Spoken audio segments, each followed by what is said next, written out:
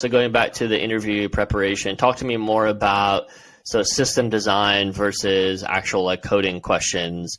What's the breakdown there? What can people expect for some of these levels? Typically, the interview structure should be about the same for the various levels.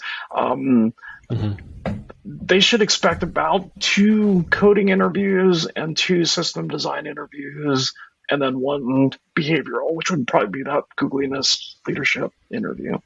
And I can maybe go into more detail on what to expect in system design versus coding. Sure. Yeah, please. So there's, I think that of the 2, system design is more interesting.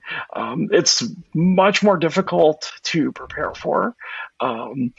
The absolute best preparation for system design is actually getting a chance to work on big, large-scale systems, but that's unusual. Very few people get that kind of experience, especially if you're fresh out of school. But even if you're an experienced engineer, it might be that whatever companies you've been working at are just not doing things at large scale, or you're not involved in designing large systems. You're sort of maintaining them. So you do have to sort of study them. And common questions that you've probably heard of are things like, design Netflix or design Instagram or WhatsApp. These are all good questions. These are all things you should study and understand the answers to those, and what are some of the components that are involved and how you would build systems like that. I feel that a lot of people that I work with, when they come for prep for system design, they're sort of looking for an answer of like, what are the things like that I should study? Let me make sure I know the answer so I can just parrot back.